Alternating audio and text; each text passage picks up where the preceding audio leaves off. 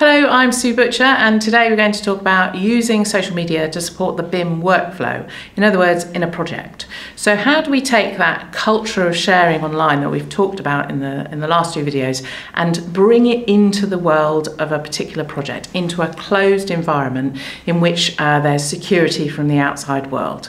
Is that possible to do, and what does it mean for BIM?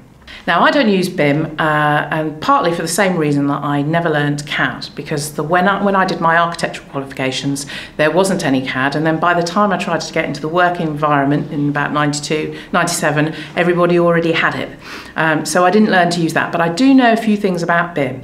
And one of them is that BIM isn't just about 3D models, it's about data. It's about information. It's about collecting together and working together on information. And therefore, of course, it involves people. It involves a cultural relationship. So what we want to do is we want to get people in the construction industry to collaborate on BIM projects. They need to get involved earlier, and they need to work together much more than they do already. And that's really what BIM is about, as a cultural change within the construction industry. It's about encouraging more effective, efficient working through collaboration. And that's why social media and the concepts of social media should be applied within BIM. And it's an ideal, perfect connection between the two. Okay, so here's an example with a quite well-known diagram of the common data environment. It looks a bit like this. So here it is. And we've got 4 models feeding into it. So here we've got the architectural model. We've got the services model, we've got the civils model if you have it, and then we've got the structural model. So we've got all this stuff here, and then, but really essentially in the middle we've got 2 things. We've got data and we've got people. And in a common data environment, essentially, we've got the 2 things. We've got the information and we've got the people interacting with the information, and that's it. So what happens if something goes wrong?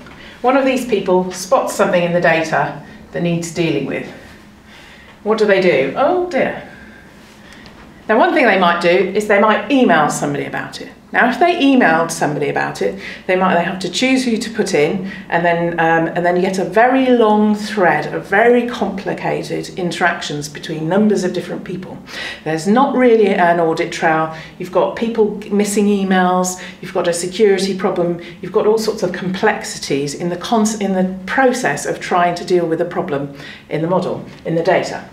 So here's an example of what you might do instead. We'll take that problem.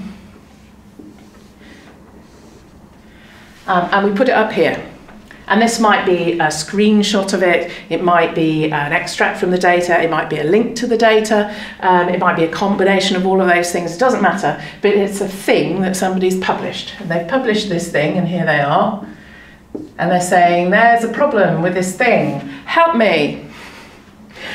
And what they do then is maybe they invite lots of other people to come in. So this chap comes in and he says he's got a question about it, and someone else comes in and they've got a little bit of information that they want to share, and that might be a link to something, or it might be a Word document, or it might be something else that they can pull in from the internet. And those things might also be links to product information. There might be other things that people have shared online, anywhere online, and they can get pulled into this environment and added on to this thread here. And then someone else might come along and they might have an idea or a solution, and they might find the solution, and then a senior person might get escalated up to them, they might get added into, and they might say, that's the answer. And then the guy at the top, he goes, right, okay, that's resolved, goes ahead and sorts out the problem. There we go. And this is a much more efficient means, and much more effective means of dealing with an issue than email. If you took this techie thing up here and you replaced it with a video of a cat or some political discourse, what we've got actually here is a bit of Facebook. It's just like Facebook.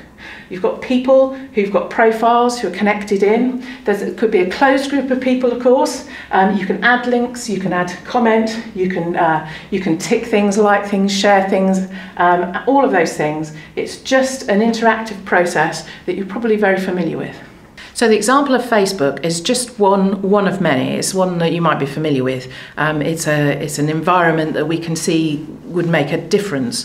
But there are lots of other platforms that allow you to do this, some of which you might have come across. There are ones that work inside organisations like Yammer and Chatter and Slack, and there are ones that are deliberately designed to be secure so they can be used across organisations like Procorem.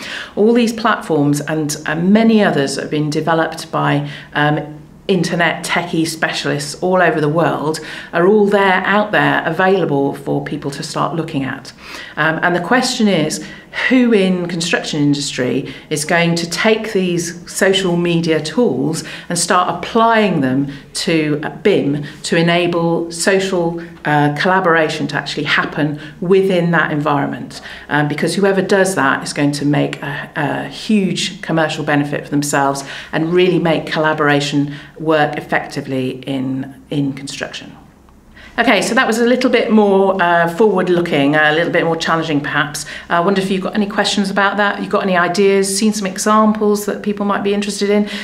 Leave some comments below and that'll be really useful, and then we can start a conversation and see where it goes. And also, of course, don't forget to subscribe so you know when the next video is coming. And if you like this video and there's someone you know might like it too, then why not share it with them? Thanks very much.